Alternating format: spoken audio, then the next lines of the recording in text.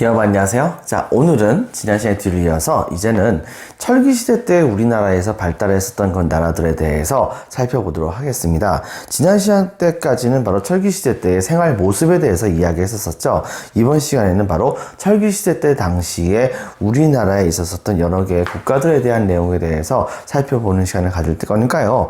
여러분들 되게 좀 복잡할 수도 있으니까 정신 바짝 차리고 그리고 잘 따라와 주기 바랍니다. 자, 기본적으로 여러분들 프린트 6페이지에 나와 있는 지도를 보면 거기에 나와 있는 국가들이 대략적으로 어느 정도의 위치에 있었다라고 하는 것을 알 수가 있을 겁니다. 그 내용을 보면 다음과 같이 우리가 이야기를 할 수가 있어요. 자, 때는 고조선이 멸망하고 나서 그 뒤를 이어서 부여라고 한 나라가 등장했을 때의 이야기입니다. 이 부여의 경우에는요, 기본적으로 봤을 때 만주의 숭화강 근처에서 처음으로 등장했다 볼 수 있겠죠.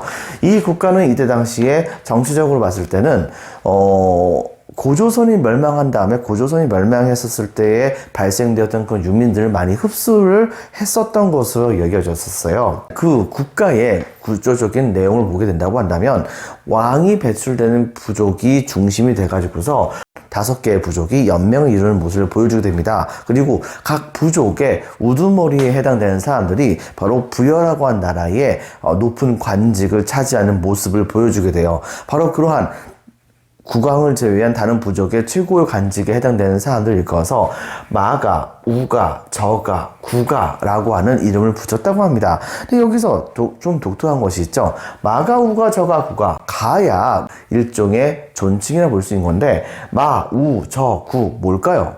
마는 말입니다. 우는 소겠죠. 그 다음에 저는 돼지고요. 구는 바로 개입니다. 즉 동물의 이름을 바로 관직명에다 썼습니다. 이것은 곧 뭘 의미하는 것일까요?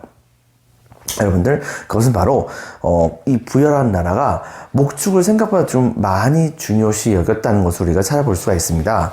내용을 보면요, 부여라고 한 나라는요, 기본적으로 만주 벌판의 북단에 위치했던 건 나라입니다. 근데 그들은 기본적으로는 농사를 지긴 졌었어요. 하지만 그 위치가 너무나도 추웠었기 때문에, 거기 때문에 목축도 같이 진행을 할 수밖에 없었고, 그렇게 하다 보니까 자연스럽게 대표적인 여러 가지 동물들을 중요시 여기는 그런 측면이 있었던 것입니다. 그 다음에 정치 부분에서는 왕이 중앙을 통치하는 모습을 보여줍니다. 그리고 또 한 가지, 각 가들, 즉 마가, 우가, 저가, 구가들이 각각의 지역에서 지방을 통치하는 모습을 보여줍니다. 그리고 이때 당시에 이 부여라고 한 나라의 경우에는 왕권이 좀 많이 약했었대요. 어느 정도 약했었냐면 바로 만약에 흉년이 들게 된다고 한다면 국왕은 국민들을 대신해 가지고서 하늘에 있는 신에게 제가 잘못했으니 저를 제발 용서해 주시고 흉년을 그만 거두어 주시옵소서 라고 열심히 빌었답니다. 그런데 문제는 이것을 아무리 빌었다고 하더라도 이 문제가 해결되지 않았을 때 어떻게 했느냐, 바로 화가 났었던 백성들이 들고 일어나서 왕을 죽여버렸대요. 그리고서 또 다른 왕을 세웠다고 하는 그런 기록이 있습니다. 여러분들, 이렇게 부여의 국왕은 힘이 약했다고 볼 수 있습니다. 하지만 약간 좀 아이러니컬한 증거가 있기도 해요. 실제로 중국 쪽에서 이때 당시에 부여의 땅을 발굴한 적이 있었었는데 거기에서는요, 바로 왕의 무덤에 많은 사람들이 같이 목이 잘려서 혹은 산채로 묻혀가지고서 장사가 지내지는 이른바 순장이라고 하는 풍습이 발견이 되게 된 겁니다. 여러분 생각해 보세요. 왕의 권력이 미약하다고 한다면 다른 사람을 죽여가지고서 왕이 죽었을 때 같이 묻는 것이 말이 되겠습니까? 말이 안 되죠. 근데 왜 어째서 이런 풍습이 가능했을까요? 그것은 바로 뭐냐? 바로 국왕이 배출되었었던 부족의 힘이 강했기 때문입니다. 즉 국왕의 힘은 미약했지만 백성들에게도 쫓겨날 정도로요. 하지만은 바로 그 국왕을 배출했었던 부족의 경우에는 굉장히 힘이 강했기 때문에 바로 국왕이 밑보이면은 바로 국왕을 배출하는 부족의 힘도 밑보이게 되는 거잖아요. 이런 것을 방지하고자 바로 그런 행동을 했을 것이라고 우리는 생각해 볼 수가 있습니다. 자, 그런 측면 여러분 같이 기억을 해주기 바라고요. 그 다음에 기본적으로 여기 보였을 때 국왕을 제외하고 마가, 우가, 저가, 구가와 같은 각각의 귀인들, 귀족들이 한 자리에 모여가지고서 국가의 여러 가지 회의 같은 것을, 중요사 같은 것을 회의하는 제도가 있었어요. 바로 이것은 나중에 고구려라든가 백제라든가와 같은 그런 나라들에게 굉장히 커다란 영향을 줬었던 그 시초를 볼 수 있는데, 그 귀족회의일 것을 우리는 뭐라 부르냐면 사출도회의라고 합니다. 매우 중요합니다. 이걸 여러분 반드시 기억해 주기 바라고요. 그 다음에 사실 초창기에는 부여가 그러지 않았는데 나중에 가가지고선 부여가 중국하고 되게 좀 가까웠어요. 왜냐하면 당시에 만주벌판을 두고서 두 개의 강력한 국가가 대립했었는데요. 첫 번째가 바로 부여였다고 한다면 두 번째는 바로 고구려였던 것이죠. 그래가지고 이때 당시 고구려가 힘이 세지게 되자 이 고구려를 견제할 목적으로 부여의 경우에는 반대로 중국과 같이 연합을 해가지고서 고구려를 견제하는 모습을 보여주기도 했었던 것입니다. 자연스럽게 중국과의 교류가 많이 있었다는 것을 우리가 찾아볼 수가 있겠죠. 바로 이런 측면을 여러분 같이 기억을 해주기 바랍니다. 경제적인 측면에서는 좀 전에 선생님이 얘기했다시피 반농, 반은 농업을 하고 반은 목축을 하는 모습을 보여주게 됩니다. 그리고 풍습적인 측면에서는요, 순장이라고 하는 것이 있죠. 바로 누군가 귀인이 죽게 된다고 한다면 그 귀인을 따라서 죽어서도 바로 그분을 모셔라 라는 의미에서 그 사람의 종이라든가 부하라든가 이런 사람들을 같이 죽이거나 아니면 같이 산채로 묻어버리는 그런 형태의 바로 순장이라고 하는 제도가 있었다는 것을 같이 기억을 해주기 바라고요. 껴묵거리라고 해가지고서 부장품 같은 것을 많이 같이 묻어주는 그런 풍습도 있었습니다. 그리고 좀 독특한 것이 있는데요. 이때 당시에 이 부여의 경우에도 마치 고조선의 팔조법금처럼 몇 가지 법들이 내려오는 것이 있습니다. 바로 여러분들 프린트 6페이지에 본다고 한다면 부여의 법이라고 되어 있죠. 살인을 저지르면 사형에 처하고 그 가족은 노비로 삼는다. 그리고 도둑질한 자는 물건값의 12배를 배상한다. 이건 이제 다른 말로 이제 뭐라고 보냐면 한 가지를 잘못하게 되면 12배로 갚아야 한다라고 하는 이른바 일책 12법이라고 하는 것이죠. 또 한 가지, 간음한 자와 투기가 심한 자는 사형에 처한다. 뭐 이런 이제 법들이 지금 현재 내려오고 있었습니다. 바로 이 사전목의 법이 있었다는 것을 여러분들 기억해 주고요. 그 중에서 이러한 일책 12법 같은 경우에는 고구려와 같은 건 나라들에게 실제로 영향을 주기도 합니다. 자, 그 다음에 제천 행사입니다. 기본적으로 여러분들 농업을 중요시하는 국가들의 경우에는 바로 이 제천 행사가 주로 가을철에 많이 열려요. 왜? 바로 많은 식량을 주신 신께 감사를 드리기 위해서죠. 하지만 부여의 경우에는요, 바로 목축의 영향이 굉장히 컸었던 나라입니다. 그러다 보니까 목축을 주된 업종으로 갖고 있었던 옛날 풍습이 계속해서 남았었기 때문에 독특하게도 부여의 경우에는 다른 나라와는 좀 다르게 12월에 바로 영고라고 하는 그런 제천 행사가 있었다고 합니다. 바로 이런 점을 여러분들이 반드시 기억을 해주기 바랍니다. 이번엔 바로 고구려에 대해서 한번 살펴보도록 할게요. 자, 고구려의 경우에는 이 부여부터 한참 남쪽으로 내려갑니다. 프린트 6페이지 나와 있는 지도를 한번 확인해 보세요. 자, 만주의 동가강 유역에 졸본이라고 하는 곳에다가 나라를 세운다고 했었죠. 졸본으로 생각되어지는 곳이 이제 오녀산성이라고 하는 곳인데 거기가 굉장히 천혜의 요새지예요. 심지어는 그 성 안에 완전 한 산성인데 성 안에 우물까지 있을 정도니까 엄청난 대군이 쳐들어와도 거기가 쉽게 함락당할 일은 없을 것 같은 그런 곳이긴 했었습니다. 바로 이 졸본이라고 하는 곳에다가 수도를 세웠었는데 바로 이때 당시에 이 고구려를 세웠던 사람은 바로 여기 보이는 부여에서부터 쫓겨 내려왔었던 세력 중에 하나였던 주몽의 세력이 여기에 포함된다 볼 수가 있겠습니다. 이때 당시에 오부정 연맹체가 부여와 똑같이 있었었고요. 몇 번의 약간 좀 그 왕위 계승권을 두고서 싸움이 있었던 것은 사실인 것 같긴 한데 결과적으로는요, 바로 이 고구려의 부족은 계루부, 그 다음에 전로부, 소노부, 관노부, 순노부 이렇게 갈라지게 됐었습니다. 근데 이 중에서 주로 왕은 바로 이 게르부라고 하는 곳에서 이제 주로 배출이 됩니다. 그리고 왕비의 경우에는 주로 전러부에서 배출되는 모습을 보여주죠. 근데 이 게르부가 나중에 이 고구려가 있었던 지역으로 왔었던 것 같아요. 그래가지고 이 게르부가 이 지역으로 오기 전까지는 계속해서 왕을 배출했었던 부족이 있었으니 거기가 바로 소노부입니다. 이 소노부의 경우에는 바로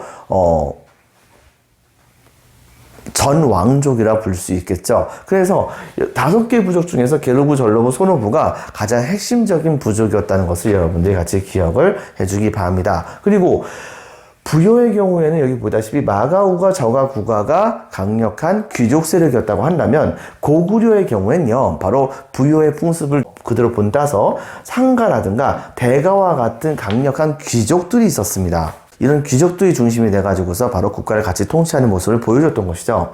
그리고 이때 당시에 이 국왕과 대가들은 각각의 영역을 통치하는 모습을 보여줍니다. 즉, 이 가들은 일종의 다른 각각의 여러 개의 부족의 우두머리에 해당되는 사람들이었었어요. 하지만 그들은 같이 힘을 모아가지고서 가장 강력한 부족 세력에 볼 수 있었던 국왕이 배출되는 부족을 왕으로 모시면서 하나의 서로 연맹을 맺어가지고서 그래서 국가를 이루는 방식을 보여주게 됩니다. 이것은 이 부여도 마찬가지였기 때문에 이렇게 부족과 부족들끼리 서로 연맹을 해가지고서 왕국을 만든 그런 형태를 일컬어서 우리는 뭐라고 보냐면 바로 연맹국가라고 얘기한다는 것을 여러분들이 반드시 기억을 해주기 바랍니다. 그리고 이들의 경우에는 바로 제가회의라고 하는 회의를 실시하게 됐었어요. 이것도 바로 귀족들이 중심이 돼가지고서 여러 가지 국정을 논의하는 장소로서 부여의 사출도 회의와 비슷한 역할을 했다는 것을 여러분들이 매우 중요합니다. 반드시 기억을 해주세요.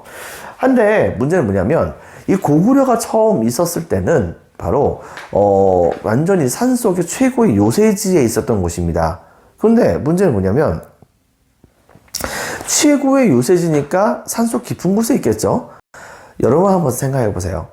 산속 깊은 곳에 요새지가 있다고 한다면 바로 농사를 짓기가 쉽겠습니까? 어렵겠습니까? 당연히 어렵겠죠.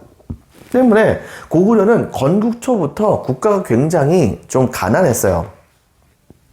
하지만 고구려를 만들었었던 사람들은 굉장히 강건한 사람들이었었거든요. 때문에 이들의 경우에는요, 바로 이런 강건함을 강력한 힘, 이런 것을 이용해가지고서, 비록 국가 안에서 여러 개의 산물들이 나오진 않았었지만은, 그렇지만은, 바로 그런 국가가 필요한 산물들을 주변에 있는 여러 개의 국가들을 공격을 해가지고서 그들을 복속시킨 다음에 거기서부터 바로 공부를 얻어오는 방식으로 진행을 하는 모습을 보여주게 됩니다. 이른바 건국초부터 정복전쟁을 열심히 시행했었던 것이죠. 그리고 이때 당시 그 정복전쟁을 많이 벌였던 분야 중에 하나가 바로 고조선이 한반도 안에다가 한사군이라고 하는 것을 설치를 했었다고 했었잖아요. 바로 그 한사군을 많이 공격하는 방향으로 나가게 됩니다. 이런 측면이 있었던 거 여러분들 같이 기억을 해주세요.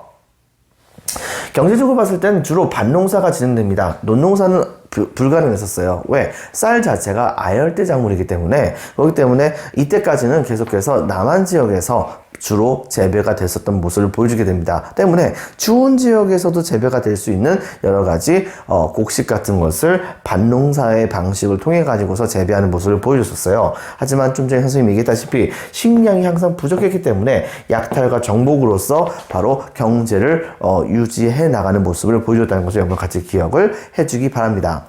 이 고구려의 대표적인 그 풍습 중에 하나가 바로 여기 보이는 서옥제라고 하는 거예요. 교과서 19페이지 아래쪽에 나와 있는 제도기도 한데, 이것은 순수한 우리말로는 대일사위제라고도 합니다. 즉 무슨 말이냐면, 예를 들면 이런 거예요. 자, 선생님은 고구려의 건강한 남자입니다. 자, 어느 날 나는 혼인을 하고 싶어요. 근데 어느 날 길가를 가다가 거기다가 어떤 여성을 만나는데 그 여성이 정말로 예뻤습니다. 그래가지고서 이때 당시에 바로 그 사람에게 데이트 신청을 했고, 그 결과 그 여자가 이것을 받아주게 됐던 것이죠. 자, 그렇게 해가지고 둘 사이에서 사랑이 싹 틉니다. 그리고 결과적으로는 바로 아이를 가져야겠다, 결혼을 해야겠다라는 생각을 갖게 되었을 때, 그때 이제 고구려의 남아인 선생님은 한밤중에 어떻게 하느냐? 바로 여자의 집으로 찾아갑니다. 그래서 문을 쿵쿵쿵쿵 두드리죠. 나는 어느 마을의 누구누구입니다. 바로 제가 당신의 딸과 같이 결혼을 하고 싶습니다. 이렇게 딱 소리를 지르는 거예요. 근데 문제는 뭐냐? 바로 그 딸의 아버지는 어떻게 했냐면 어이 미친놈 무게 하면서 문을 안 열어줘요. 문을 안 열어줘요. 하지만은 밤새도록 계속해서 두드리는 거죠. 이렇게 하다 보니까 나중에 지쳤었던 그 여자의 아버지는 결과적으로 그래? 그럼 너 한번 와가지고 나하고 한번 얘기해보자 라고 해서 얘기했는데 마음에 드는 거예요. 그렇게 해가지고서 결혼을 승낙을 하게 됩니다. 그렇게 해가지고서 결과적으로 결혼을 승낙하게 되잖아요. 그렇다고 한다면 결과적으로 어떤 일이 벌어지느냐? 바로 남자는 바로 여자의 집에 들어가서 삽니다. 즉 남자는 여자의 집에 들어가서 서옥이라고 하는 바로 사위의 집이라고 하는 작은 집을 원래 집 옆에 여자 집 원래 집 옆에다가 지어요. 그리고 거기에서 아이를 낳은 다음에 그 아이가 어느 정도 성장할 때까지 같이 삽니다. 그러다가 바로 그 아이가 어느 정도 성장하게 되었을 때는 그때는 이제 본격적으로 분가를 시켜주게 되죠. 이런 방식으로 해가지고서 사위를 데리고 있으면서 바로 같이 생활했었던 제도일 것을 우리는 바로 대릴사위제라고 이야기를 합니다. 이런 독특한 풍습이 고구려에 있었다는 것을 여러분들 반드시 기억을 해주기 바랍니다. 왜? 옥조하고 반대거든요. 자, 그 다음 또 한 가지, 무예를 숭상합니다. 이때 당시에 고구려 같은 경우에도 고구려와 관련된 여러 가지 유적이라든가 유물 같은 것을 보게 된다고 한다면 무예를 숭상하는 그 모습을 되게 많이 볼 수가 있어요. 그림 같은 경우에도 예를 들면 뭐 산천을 뛰어다니면서 호랑이를 사냥하거나 라고 하는 것 같은 그런 모습을 이제 그려놓은 것도 되게 많이 보이기도 하거든요. 이거 이외에도 수박이라고 하죠. 보통 일종의 씨름 대회 같은 것인데 이 수박이라고 하는 그런 무예는 바로 약간 좀 수수께끼 같은 우리나라의 전통 무예 중에 하나라고 볼 수 있는데 지금 현재 우리가 알고 있는 씨름이라든가 아니면 태권도라든가 그 다음에 태권 같은 것을 다 합쳐가지고서 만들어진 그런 무예라고 보통 생각이 되어지고 있다고 합니다. 바로 이런 씨름 대회가 진행됐다는 것을 여러분 같이 기억을 해주기 바라고요. 고구려의 대표적인 특징 중에 하나입니다. 그 다음에 동맹이라고 하는 바로 제천 행사가 10월 달에 있었어요. 근데 이거는 약간 좀 비밀이 한 가지 있어요. 고구려의 제천 행사 이름이 뭐라고 했었죠? 바로 동맹이라고 했었었죠. 그쵸? 근데 잘 생각해 보세요. 고구려의 제천 행사는 동맹입니다. 동맹이죠. 동맹이잖아요. 동맹이죠. 동맹, 동맹, 동맹, 동맹, 동맹, 동맹, 동맹, 동맹, 동맹, 동맹, 동맹, 동맹, 동맹, 동맹, 동명, 동명, 동명. 무슨 말입니까? 여러분들. 고구려의 첫 번째 시조가 주몽이죠. 이 주몽을 다른 말로 뭐라고 부르는 줄 알아요? 바로 동명성왕입니다. 즉, 여기 보이는 이 동맹이라고 하는 말은 중국 사람들이 고구려 사람들이 10월달에 축제하고 있었을 때, 야, 니네들 축제하고 있냐? 그 축제 이름이 도대체 뭐니? 라고 물어봤을 때, 고구려 사람들이, 동명이야? 뭐 이렇게 얘기했던 것 같아요. 그런데 중국 사람들이 이것을, 자기식대로 발음을 하다 보니까 이것을 동맹? 동맹이구나. 라고 이렇게 적은 거예요. 근데 나중에 고구려 시대가 지나고 나서 우리나라 사람들이 고구려의 옛날 제천 행사가 뭐니? 라고 찾아봤더니 우리나라 쪽인 기록이 없어요. 근데 중국 쪽인 기록이 있는 거예요. 중국에 뭐라고 썼냐면 한자 말로 동맹이라고 쓰는 거예요. 그래가지고 그거 보고서 고구려의 바로 제천 행사는 동맹이다 이렇게 얘기합니다. 하지만 실질적으로는 여러분들 이 제천 행사는 바로 고구려의 시조였었던 고주몽 즉 동명성왕을 기리는 그러한 축제라고 여러분들이 생각을 해주면 됩니다. 이런 중요한 여러분들 반드시 기억을 해주기 바라고요. 자, 그 다음에 이번에는 옥조와 동해입니다. 여러분들. 자, 이 옥조와 동해 같은 경우는요, 주로 옥조 같은 경우에는 함경도 지역에서 위치해 있었고, 동해의 경우에는 강원도 지역에 위치했던 곳이라 볼 수 있겠어요. 산속은 아니고, 바로 산 바깥쪽에 있는 평야지대에 이들이 위치했다고 우리가 생각이 되어집니다. 여러분들, 프린트 6페이지에 나와 있는 옥조와 동해의 위치를 한번 확인해 주세요.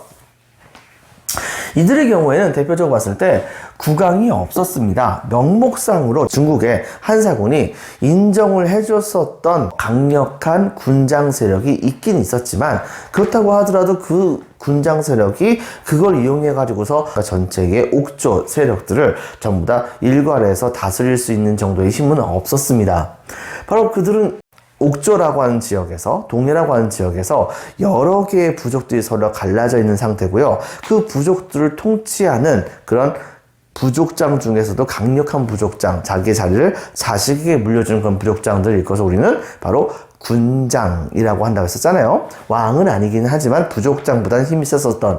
근데 옥조와 동해에선 이런 군장을 뭐라고 불렀냐면, 여기 보이듯이 바로 읍군이라든가 삼노라고 하는 이름을 붙여주게 되었었습니다. 그러면서 분열되어 있는 형태로 살아가다가 나중에 가서는요, 이 지역까지 바로 영토를 확장했었던 고구려의 결과는 둘 다 흡수가 되게 됩니다. 여기서 먼저 이제 우리가 옥조에 대해서 한번 살펴볼게요. 자, 옥조의 경우에는요, 먼저 이 지역이 바다에 접해 있습니다. 그러다 보니까 당연히 해산물을 많이 얻을 수가 있었겠죠. 그리고 바다가 인접해 있었다 보니까 옛날엔 내륙지방에서 소금 같은 것을 얻기가 되게 어려웠었거든요. 때문에 바로 바다를 말려가지고서 소금을 생산하면은 그것을 내륙지방에다가 판매하면서 거기에서 이익을 보는 모습을 보여주게 되었다고 합니다. 그리고 이들의 대표적인 이제 풍습 같은 경우에는요, 좀 전에 선생님이 얘기했었죠. 고구려의 서옥제와는 완전히 다르다고요. 바로 민며느리제라고 하는 제도가 이때 당시에 시행이 되게 됐었어요. 즉, 이 제도는 일종의 매매혼에 해당되는 것이라 볼 수 있는데, 그러니까 여자를 판 거예요. 무슨 말이냐? 부모들이 아이를 낳는데, 딸을 낳았었던 부모는 바로 아들을 낳았었던 어떤 부모에게 우리 딸이 나중에 성장을 하게 되면 당신 아들과 같이 결혼을 시키겠습니다 라고 약속을 하는 거예요.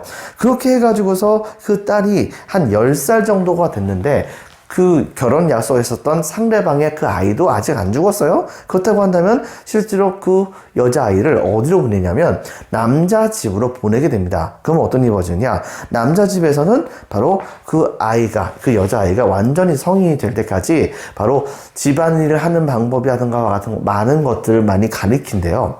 가리키고, 그리고 나서 드디어 그 여자아이가 많이 성장을 해가지고서 성년이 되게 되었을 때는 다시 원래 그 여자아이의 집으로 보내준답니다. 그리고 나서 얼마 후에 남자아이 집에서는 바로 이 여자아이의 집 쪽으로 바로 여러 가지 많은 폐물 같은 것을 갖고 와가지고서 여자의 집에다 이것을 준대요. 그렇게 된다고 한다면 바로 그 여자는 그때 가서야 다시 남자 집으로 가서 거기에서 본격적인 결혼 생활을 하는 모습을 보여주게 됩니다.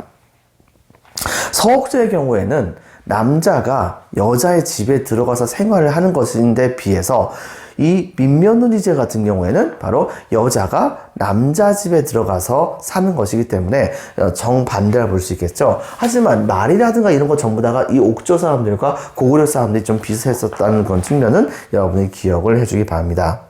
더불어서 또 한 가지는 가족 공동묘가 있어요. 여러분들. 즉, 예를 들면은 할아버지가 돌아가시면은 할아버지의 그런 그 시신을 바깥쪽으로 나가지고서 이제 다 썩게 하거나 한 다음에, 그 다음에 그 시신이 전부 다 썩게 된다고 한다면 뼈를 잘 추려가지고서 작은 관이나 아니면 항아리 같은 곳에다 이것을 다 집어넣은 다음에 어딘가에다가 모아놓습니다. 그러다 얼마 후에 할머니가 돌아가시잖아요. 그러면 할머니의 시신도 같이 똑같은 방식으로 썩게 한 다음에 그 뼈를 전부 다 이제 추려가지고서 할아버지의 뼈를 같이 집어넣어서 썼던 이제 관 같은 거에다가 같이 집어넣는 그런 방식으로 해가지고서 모든 가족들이 다 같이 공동으로 묘를 쓰는 그런 방식으로 이른바 가족 공동묘 풍습이 좀 독특하게 있었었다는 것을 여러분 같이 기억을 해주기 바랍니다. 그런데 문제는 뭐냐면 이 옥조의 경우에는 되게 독특하게도 이들의 제천 행사가 뭐였다라고 하는 건 기록이 없어요. 때문에 이것을 찾는 것은 바로 여러분들의 몫입니다. 잘 한번 찾아보기 바랍니다. 자, 이번에는 바로 동해입니다. 동해의 경우에는요, 이것까지 전부 다 똑같아요. 옥조와 같아요. 근데 살짝 다른 것이 바로 특산물이 있어요. 특산물은 바로 뭐냐면 단궁이라고 하는 특산물이 있습니다. 이 단궁은 뭐 짧은 활이겠죠? 또 한 가지 바로 과하마라고 하는 말이 유명해요. 이 과하마가 무슨 말이냐? 바로 이제 몸집이 굉장히 커다란 장수가 달려가면서 적들과 싸울 수는 없잖아요. 적어도 말을 타야 되잖아요. 근데 동해에서 나온 말을 타면 돌교 앞으로 하고 달려가는데 한참 달려가다가 마침 근처에 과일나무가 있잖아요. 근데 그 과일나무를 말을 타고 지나가도 그 과일이 머리에 닿질 않아요. 이게 무슨 말일까요, 여러분들? 그것은 그만큼 말이 쪼랑말이었다는 겁니다. 되게 작았다는 얘기예요. 즉 과일나무에 말 타고 지나가도 과일나무 밑을 지나갈 수 있다라고 하는 그런 말이 바로 이 과마라고 합니다. 이게 바로 이 동해의 대표적인 특징이고요. 반어피라고 하는 게 있어요. 여러분 생각해 보세요.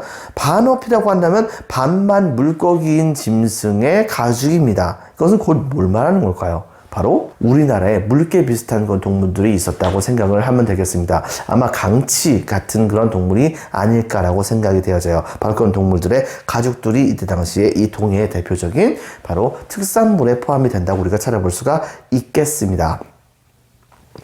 자, 그 다음에 또 한 가지. 동해의 대표적인 풍습은 책화라고 하는 것이 있어요. 자, 이 책화는 바로 뭐냐면, 예를 들면 이런 겁니다. 자, 선생님은 동해의 어떤 한 술주정뱅입니다. 동해에는 여러 개의 부족들이 그 안에 있었었는데, 선생님은 A 부족 사람이에요. 어느 날 술 진탕 먹고서 우리 부족으로 가고 있는데, 근데 한참 가다가 너무 취해가지고서 A 부족으로 가야 되는데 B 부족으로 가버렸어요. 근데 B 부족 사람도 이걸 알잖아요? 그러면 그 선생님은 그대로 체포를 당합니다. 체포를 당해가지고서 어딘가 갇혀지게 된다고 한다면 이때는 바로 A 부족의 군장이 선생님을 구하기 위해서 바로 영역을 침범한 대가로서 소나 말을 지급해서 나를 풀어주게 했다고 합니다. 무슨 말이냐? 이때 당시에 이 체코라고 하는 것은 그만큼 바로 부족과 부족 간의 경계를 굉장히 중요시 여기는 그런 형태의 풍습이었다라고 하는 것을 여러분들이 반드시 기억을 해주기 바랍니다. 그리고 독특하지 않은 것인데 실제로 독특한 그런 풍습이 하나 있어요. 그것은 바로 뭐냐면 족외혼입니다. 즉 우리 부족에서 결혼하는 게 아니에요. 결혼한다고 한다면 반드시 다른 부족의 여성 혹은 다른 부족의 남성과 같이 결혼하는 것입니다. 근데 여러분들 이거 당연한 거 아니에요? 친척끼리 결혼할 수는 없잖아요. 근데 이걸 왜 풍습이라고 갖다 놓은 것일까요? 뒤집어 얘기한다고 한다면 이때 당시에는 친척끼리 결혼하는 경우도 정말 많았다는 겁니다. 사촌끼리 결혼하는 경우도 많았어요. 좀 독특한 경우긴 하지만 나중에 신라 같은 경우에는 남매끼리 결혼하는 경우도 있습니다. 좀 이상하게 생각하지 말고요, 여러분들. 자, 이런 것이 있다는 걸 같이 기억을 해주기 바라고요. 그 다음에 동해의 대표적인 바로 이제 그 집터는 바로 철자형, 요런 형태의 모양을 갖거나 혹은 여자형, 바로 요런 형태의 모양을 갖는 집터들이 많이 발견되고 있어요.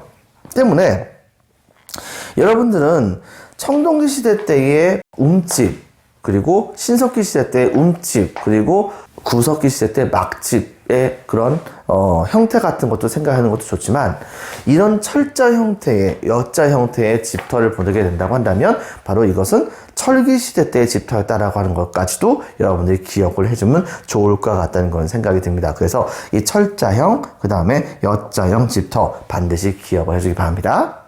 자, 그 다음에 동해도 역시 바로 가을철에 추수를 감사하기 위해서 하늘에다가 감사를 올리는 그런 축제를 벌이게 됩니다.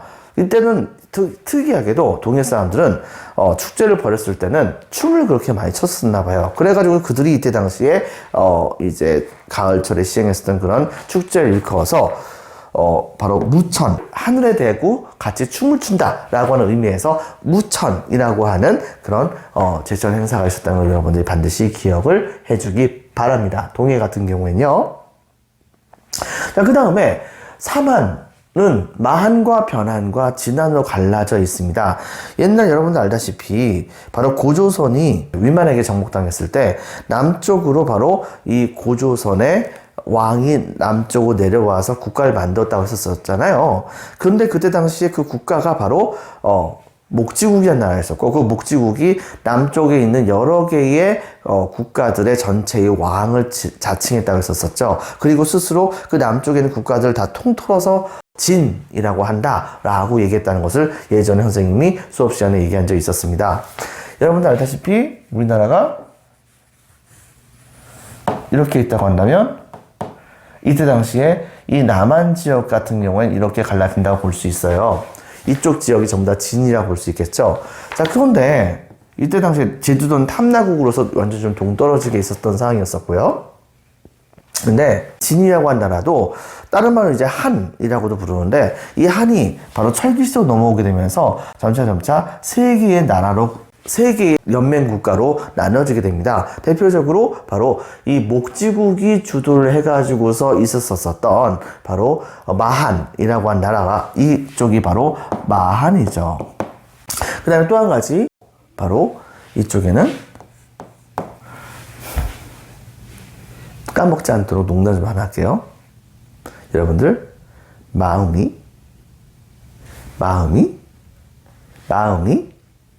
변한. 자, 변한이라고 합니다. 그렇죠? 자, 그 다음에 국물이 진한. 자, 미안해요. 뭐 어쨌든 간에 여러분들 이렇게 크게 세 개의 연맹 국가들로 나뉘어지는 모습을 보여주게 됩니다. 마한 같은 경우에는 대표적으로 봤을 때 이 목지국을 중심으로 해가지고서 50몇 개국에 해당되는 국가들이 바로 하나의 마한이라고 하는 국가 연맹체를 구성하는 모습을 보여줬고요.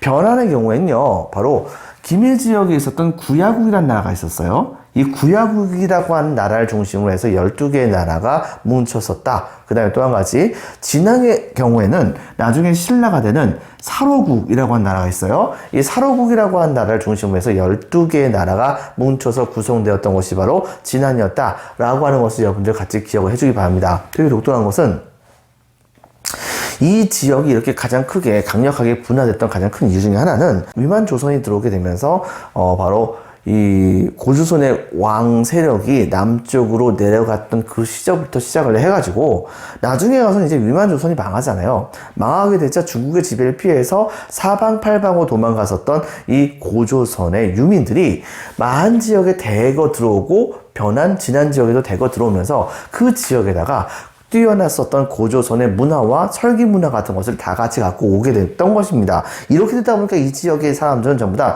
예전보다 농업 생산력이 훨씬 더 높아지게 되면서 바로 국가로 빠른 속도로 발전해 나가는 모습을 보여주기도 했었던 것이죠. 이런 측면 여러분들 같이 기억을 해주기 바랍니다. 바로 한반도 남부 같은 경우는 진이라고 불렸다가 고조선 유임대 철기 전파로 해서 사만이라고 하는 국가들로 이제 강력하게 발전을 해 나가게 됩니다.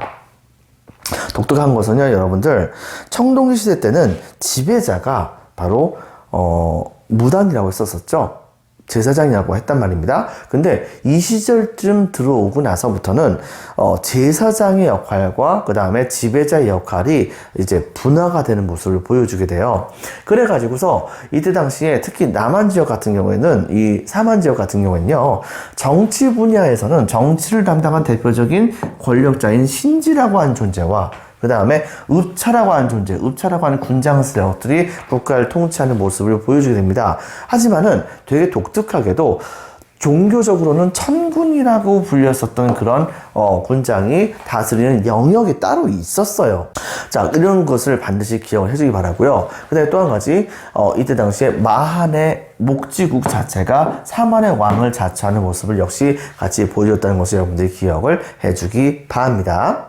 자, 그 다음에 또 한 가지, 바로 이 사만 지역서부터는 본격적으로 벼농사를 많이 했었어요. 그러니까 벼농사를 짓는 이유가 뭐 때문에 짓는다고 했었었죠, 여러분들? 바로 다른 곡식에 비교해서 봤을 때 상대적으로 일정 면적 안에서 많은 양에 해당하는 수확을 하는 것이 가능했기 때문에 그랬던 것입니다. 바로 이런 벼농사가 많이 지어졌었고요. 그 다음에 특히 여기서 되게 독특한 것 중에 하나는 변한 지역에서는 바로 철이 많이 생산됐었어요. 이 변한 지역이 나중에 구야국이 이끌었었던 국가로서 가야국이 되는 거죠. 근데 이들의 경우에는요, 당시에 중국의 세력이 이 지역까지도 왔었거든요. 그리고 이쪽에는 바로 일본이 있었단 말입니다. 근데 일본도 이때 당시에 철기 시대로 제대로 넘어갔던 상황이 아니었었어요. 때문에 이 변화 같은 경우에는요, 여기에서 생산되었던 철이 굉장히 양질이다 보니까 양질의 철이 항상 많이 필요했었던 중국이라든가 중국의 특히 낙랑군이라고 하는 한사군 중에서 낙랑군이라고 하는 군량이 있었어요. 여기와 그 다음에 일본에게 양쪽으로 중개 무역을 하면서 판매하는 모습을 보여주게 됩니다. 철 같은 것을요. 바로 이 나중에 이 철 같은 것을 아예 그냥 덩어리로 만들어 가지고서 그래서 이것을 화폐처럼 사용하는 모습도 보여주기도 했었어요. 여러분들 프린트 6페이지 왼쪽 아래 보이는 덩이새가 뼈다구처럼 생긴 그런 바로 이 쇠를 말합니다. 이것이 바로 화폐처럼 사용할 정도로 되게 많이 강력한 변환의 교육품으로서 활약을 많이 하게 되었다는 것을 기억을 해주기 바랍니다. 자, 그 다음에, 풍습적인 측면에서는요, 바로 종교적인 지배자였던 천군이 통치하는 지역이 따로 있었다고요. 그 천군이 통치하는 지역을 일컬어서 우리는 소도라고 합니다. 기록에 의하면요, 이 소도는 굉장히 그 영역이 절대적인 것이었다고 합니다. 즉, 현실에서 신지라든가 읍차가 통치하는 지역에서 어떤 한 도둑놈이 있었어요. 근데 이 도둑놈이 거기서 도둑질을 하다가 신지나 읍차의 경비병들이 걸렸네요. 그럼 어떻게 하느냐? 이들은 전부 다가 어두운 도망갑니다. 열심히 쫓아가죠. 그러다가 그만 이 도둑놈들이 천군의 영역인 소도에 들어가잖아요. 그렇다고 한다면 바로 세속의 권력자들의 군대는 절대 그 안으로 들어갈 수가 없었다고 합니다. 그래서 우리나라를 약간 좀 비하하기 위해서 그렇게 만든 것일 수도 있지만 중국 쪽의 사서에서는 뭐라고 적혀 있었냐면 이러한 풍습 때문에 바로 이 사만 지역에서는 굉장히 도둑놈들이 많았다 이런 기록이 있기도 합니다. 어쨌든 간에 바로 이런 소도가 있었었는데 지금도 이 소도에 후예가 남아 있어요. 그게 바로 뭐냐면 여러분들 혹시나 언젠가 무당집 같은 곳을 근처를 지나가는 경우도 있기도 할 겁니다. 근데 그 무당집이 만약에 지나가게 된다고 한다면 그 주변을 한번 잘 살펴보세요. 거기는 뭐가 있느냐? 바로 솥대라고 불리는 길다란 장대 같은 것을 바라보게 될 것입니다. 옛날엔요, 그 장대 끄트머리에 오리가 있었어요. 마치 프린트 7페이지에 나와 있는 그 솥대처럼요. 바로 이런 식으로 해가지고서 이곳은 바로 신성한 땅이다. 그러니 귀신들은 한번 들어오면 안 된다. 라고 하는 것을 표시하는 것처럼 바로 이런 것을 세워 놓는 모습을 보여주게 되었던 것입니다. 바로 그 솥대의 원조가 바로 여기 보이는 소도입니다. 이걸 같이 기억을 해주기 바라고요.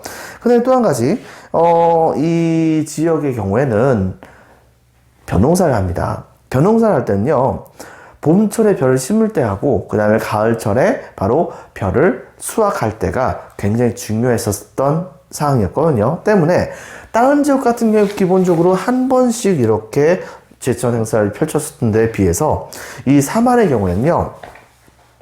5월에 바로 벼를 심을 때 역시 축제를 벌이면서 제사를 한번 지내고 10월에 수확할 때도 역시 축제를 벌이면서 수확을 해 나가는 모습을 보여줍니다. 때문에 바로 5월제와 10월제를 여러분들 같이 기억을 해주기 바랍니다.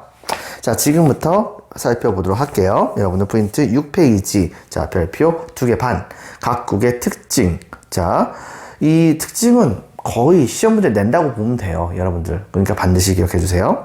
자, 위치는 부여의 경우에는 만주 숭화강 유역. 동감 1번 우부적 연맹으로서 마가, 우가, 저가, 저는 돼지를 말합니다, 여러분들. 구가 개를 말하죠. 바로 마가, 우가, 저가, 구가의 사출도 출신에 해당되는 귀족들이 통치하는 모습을 보여줬다는 것을 기억해 주기 바라고요. 동그라미 2번 왕, 동그라미. 자, 중앙을 통치하고 그다음 여러 가들. 자, 동그라미. 자, 지방을 통치 밑줄 칩니다. 그리고 동그라미 3번 미약한 왕권. 그리고 동그라미 4번 빈칸 적겠습니다. 사출도 회의. 자, 사출도 적어주세요. 이 사출도 회의가 바로 이 부여의 대표적인 귀족 회의입니다. 동그라미 5번 중국과 많이 교류했었습니다. 경제적으로 봤을 때는 바로 반목의 모습을 보여줬었고요. 풍습에서는 이제 부여의 독특한 풍습이죠. 바로 동그라미 1번 빈칸에 들어갈 말 바로 순장, 따라 죽는 것입니다. 왕이 돌아가시면 따라 같이 죽는 거, 이게 바로 순장이라고 하고, 동그라미 2번 껴묵거리, 부장품 같은 것을 많이 집어넣었다는 것을 볼 수가 있고요. 독특하게도 부여의 사조목의 법이라고 하는 것이 되게 많이 유용했었습니다. 동그라미 3번 사조목의 법. 그 중에서 되게 독특한 것 중에 하나가 일책 12법 같은 것이 있었다라고 하는 것을 여러분 기억해 주기 바랍니다. 나중에 고구려하고도 이게 또 연결이 돼요. 제천 행사에서는 영고, 빈칸에 적겠습니다. 영고, 라고 하는 제천 행사가 치루어지고 있었었고, 그 다음에 고구려의 경우를 한번 살펴보겠습니다. 고구려의 경우에는 위치는 만주의 동가강 유역의 졸본, 현재의 환런 지방이라고 합니다. 졸본에서 나라가 세워지게 됩니다. 바로 고구려 세웠던 사람의 이름은 바로 주몽이죠. 자, 그 다음에 정치에서는요, 동그라미 1번. 자, 오부족 연맹, 계류부, 전로부, 소노부, 관노부, 순노부. 그 중에서 왕이 배출되는 부족은 계류부, 전로부는 왕비족, 소노부는 계류부가 바로 고구려 땅으로 오기 직전에 왕을 계속해서 배출했었던 부족입니다. 바로 소노부. 이 세 개의 부족이 가장 핵심적인 부족이었다는 걸 여러분 같이 기억을 해주기 바랍니다. 그 다음에 동그라미 2번. 왕 이하에는 바로 상가, 대가와 같은 관리들이 있었고요. 동그라미 3번. 왕과 대가들이 각자의 영역을 통치하는 모습을 보여줍니다. 이것은 바로 부여의 사출도와 비슷한 모습을 보여주었던 것이죠. 동그라미 4번. 바로 부여의 사출도 회의가 있는 것처럼 고구려의 귀족회의인 제가회의라고 하는 것도 같이 존재했었습니다. 동그라미 4번. 제가회의, 어입니다. 동그라미 5번. 건국 초부터 전복전쟁을 열심히 펼쳤습니다. 왜? 바로 다음에 바로 나오죠. 동그라미 1번. 고구려 같은 경우에는 주로 밭농사를 많이 졌습니다. 날씨가 추우니까. 하지만 동그라미 2번. 농사를 지을 땅이 적었기 때문에 바로 부족한 식량은 주변을 공격을 해가지고 거기에 약탈을 해서 그걸로서 먹고 사는 모습을 보여줬던 것이에요. 동그라미 2번. 식량 부족으로 인한 약탈 및 정복. 자, 풍습에서는요, 바로 서옥제라고 하는 제도가 실시가 됐었습니다. 대릴사위제라고도 하죠. 동그라미 2번. 무예를 숭상했었으니 대표적으로 수렵이라든가 씨름대회 같은 것이 있었습니다. 제천 행사에서는요, 바로 사실상 동명상황인 고주몽을 바로 기리는 일종의 축제죠. 바로 동맹이라고 합니다. 이거 같이 기억해 주기 바라고요. 자, 옥저와 동의 경우에는요, 함경도 및 강원도 북부 지역에 해당됩니다. 밑줄쫙. 자, 그 다음에 정치적인 부분에선 국왕이 없고, 동그라미 1번, 읍군, 삼노 등의 군장에다 박스 쳐주겠습니다. 군장이 통치하는 모습을 보여줬습니다. 이후에는 밑줄 치겠습니다. 고구려의 흡수, 밑줄. 자, 옥저부터 먼저 보면요, 경제적으로 봤을 때는 소금과 해산물. 근데 바닷가에 있으니까 이건 당연한 거겠죠. 이건 별 일이 없는데 풍습은 여러분들이 기억을 해줘야 돼요. 대표적으로 빈칸 해주겠습니다. 바로 민며느리제, 여의, 그 다음에 어입니다. 민며느리제라고 하는 제도가 고구려의 서옥제와 반대되는 그런 제도로서 활약을 했었다는 점. 그 다음에 동그라미 2번. 가족 공동묘가 독특하죠. 그 다음에 동의의 경우에는요, 경제적인 파트에서는 단궁, 그 다음에 말을 탔다고 하더라도 그 말을 타고서 과일나무 밑을 지나갈 정도로 되게 작은 날, 즉 과하마라고 하는 말이 동해의 대표적인 특산물이었었고, 그 다음에 아마도 강치 같은 짐승일 것 같습니다. 물개의 일종이죠. 바로 동그라미 3번 반어피 같은 것이 되게 많이 생산이 되었다고 합니다. 자, 풍습에서는요, 바로 동그라미 1번 책화라고 하는 제도가 유행했었고, 동그라미 2번 족외혼, 바로 우리 부족이 아닌 다른 부족과는 반드시 결혼해야 된다라고 하는 것을 여러분이 기억을 해주기 바랍니다. 그리고 동그라미 3번 철자형, 그 다음에 여자형 집터가 유명하죠. 바로 밑에 나와 있습니다. 그런 형태를 여러분 같이 기억을 해주시기 바라고요.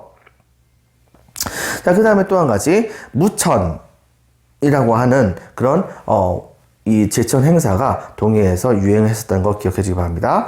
그 다음에 이제 마지막으로 사만입니다. 사만의 경우에는 한반도 남부 밑줄, 바로 고조선 시기에 진국에다가 동감이 칩니다. 그리고 나중에 고조선 유인민들이 바로 철기를 가지고서, 즉 고조선 멸망하고 나서 그 유민들이 주변으로 이동하다가 철기를 가지고서 이 사만에 참여를 하게 되면서 이 지역에는 농업 생산량이 급증하게 되었고, 그 급증한 농업 생산량을 기반으로 해가지고서 바로 여러 개, 수십 개의 국가들이 만들어지게 됩니다. 이 사만에는 대표적으로 마한, 그 다음에 변한, 그리고 진한과 같은 그런 나라가 있었다는 것을 기억해 주기 바랍니다. 마한, 그 다음에 진한. 자, 그 다음에 정치에서는요, 되게 독특하게도 재정분리에다가 박스 한번 쳐주세요. 재정분리. 정치적인 사만의 바로 대표적인 군장 세력들 일컬어서 뭐라고 보냐면 신지, 그 다음에 읍차와 같은 사람들이 있었습니다. 종교적으로는 종교적인 군장이 있었죠. 바로 천군이라고 하는 제사장이 있었다는 걸 기억해 주기 바라고요. 이 천군이 통치하는 영역도 따로 있었습니다. 그게 뭐라고 했었죠? 바로 소도라고 합니다. 그 다음에 또 한 가지 초창기이긴 하지만 바로 마한의 목지국이 바로 이 삼한 전체의 왕을 스스로 자처했다고도 하죠. 자, 경제적인 부분에서는요, 동그라미 1번 빈칸을 읽겠습니다. 벼농사. 벼농사가 많이 재배가 됐었었는데 특히 동그라미 2번 철 생산이 많이 이루어졌으니 대표적인 곳이 바로 변한입니다. 변한의 경우에는 낭랑과 그 다음에 외에다가 수출을 많이 했다고 하죠. 자, 풍습에서는요, 바로 빈칸을 읽겠습니다. 소도. 바로 천군의 통치 지역을 소도라고 합니다. 이 소도, 천군 같이 연계해서 절대 까먹으면 안 됩니다. 자, 그리고 제천 행사에서는 동그라미 1번 5월제, 동그라미 2번 10월제라고 하는 제천 행사가 2번 다 있었습니다. 이런 것을 여러분 같이 기억을 해주기 바랍니다. 자, 오늘 약간 길었습니다. 여러분들 수고 많았어요. 여기까지 하겠습니다. 감사합니다.